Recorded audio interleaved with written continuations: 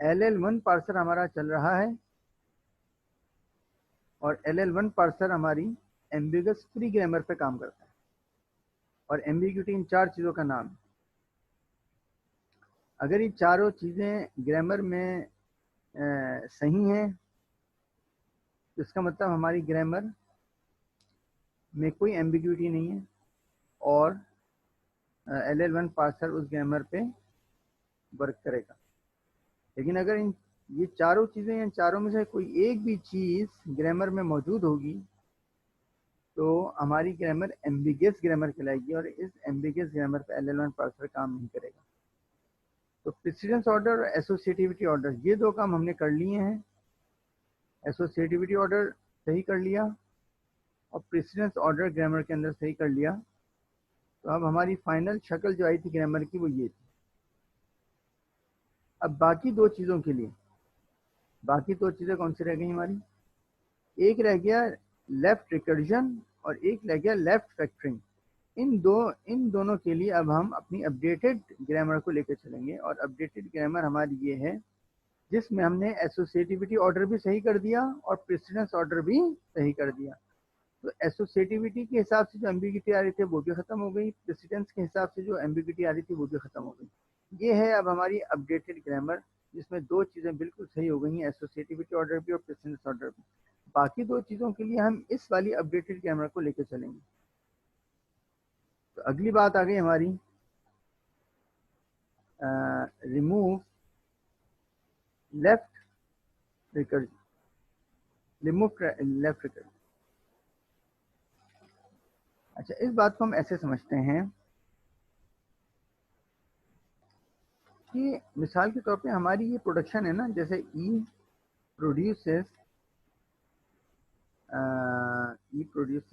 ई alpha, ई alpha.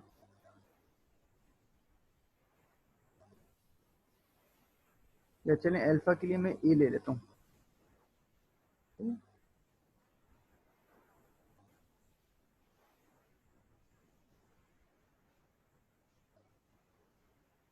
तो और beta, और बीटा, बीटा के लिए मैं बी ले लेता हूँ। यहाँ मेंशन कर देता हूँ ए हमने लिया है अल्फा की जगह और बी हमने लिया है बीटा की जगह।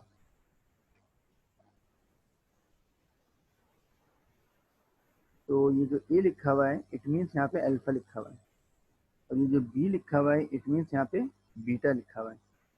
तो ए को अब मैं अल्फा ही पढ़ूंगा और बी को मैं बीटा ही पढ़ूंगा, बी को मैं बीटा ही पढ़ूंगा।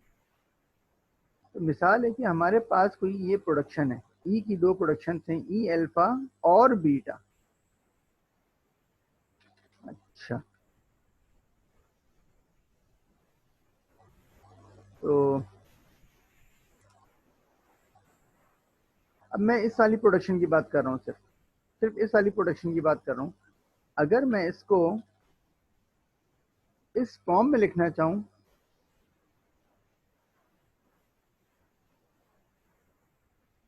जैसे ई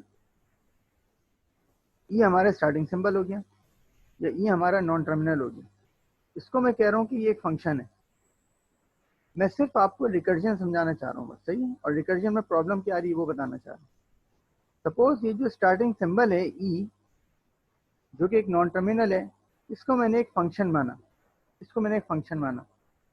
और ये जो एरो है, एरो का मतलब होता है कि कोई चीज प्रोड्यूस कर रहा है सिंबल, इसको मैं इस फंक्शन की बॉडी मानता हूँ या ब्लॉक मानता हूँ। सही है?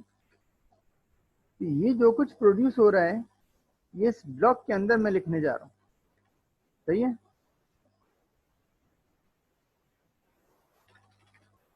तो क्या चीज प्रोड्यूस हो रही है? ई यानी फंक्शन, यानी फंक्शन। ई को हमने क्या माना? फंक्शन माना।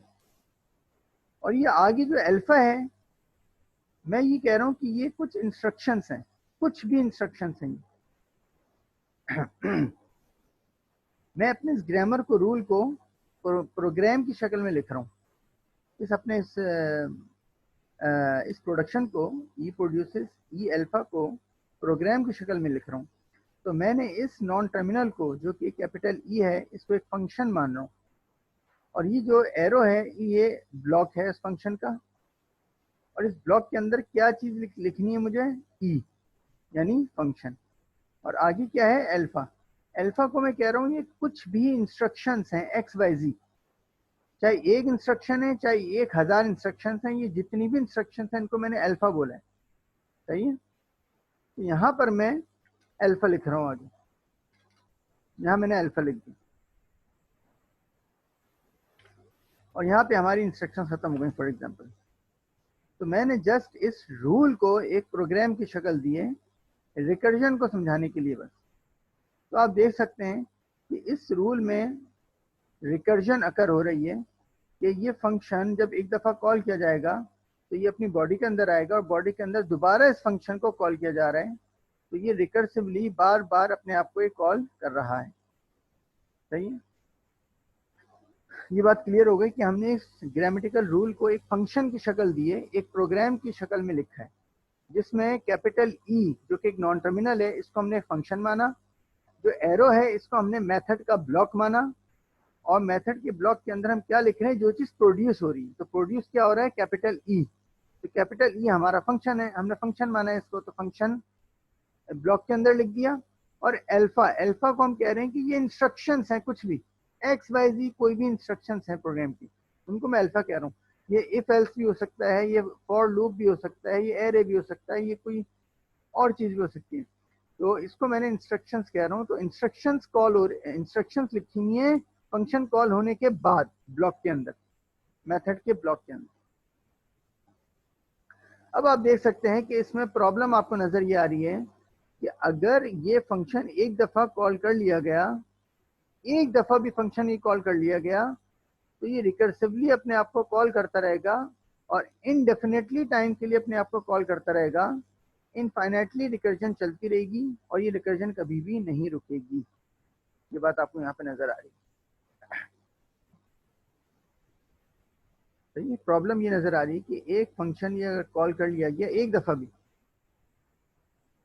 तो जैसे ही इस फंक्शन की एग्जीक्यूशन स्टार्ट होगी, ये फंक्शन दोबारा अपने आप को कॉल करेगा, फिर बॉडी के अंदर आएगा, फिर अपने आप को कॉल करेगा, फिर बॉडी के अंदर आएगा, फिर अपने आप को कॉल करेगा, फिर बॉडी के अंदर आएगा, और ये रिकर्सिवली अपने आप को कॉल करता रहेगा, कॉल करता रहेगा, और इनफाइनाइटली ये एक लूप की शक्ल इख्तियार कर जाएगा, जिसमें रिकर्जन कभी भी नहीं रुकेगी। सही, कभी भी नहीं रुकेगी। इसका मतलब ये वाली जो रूल है रिकर्जन के लिहाज से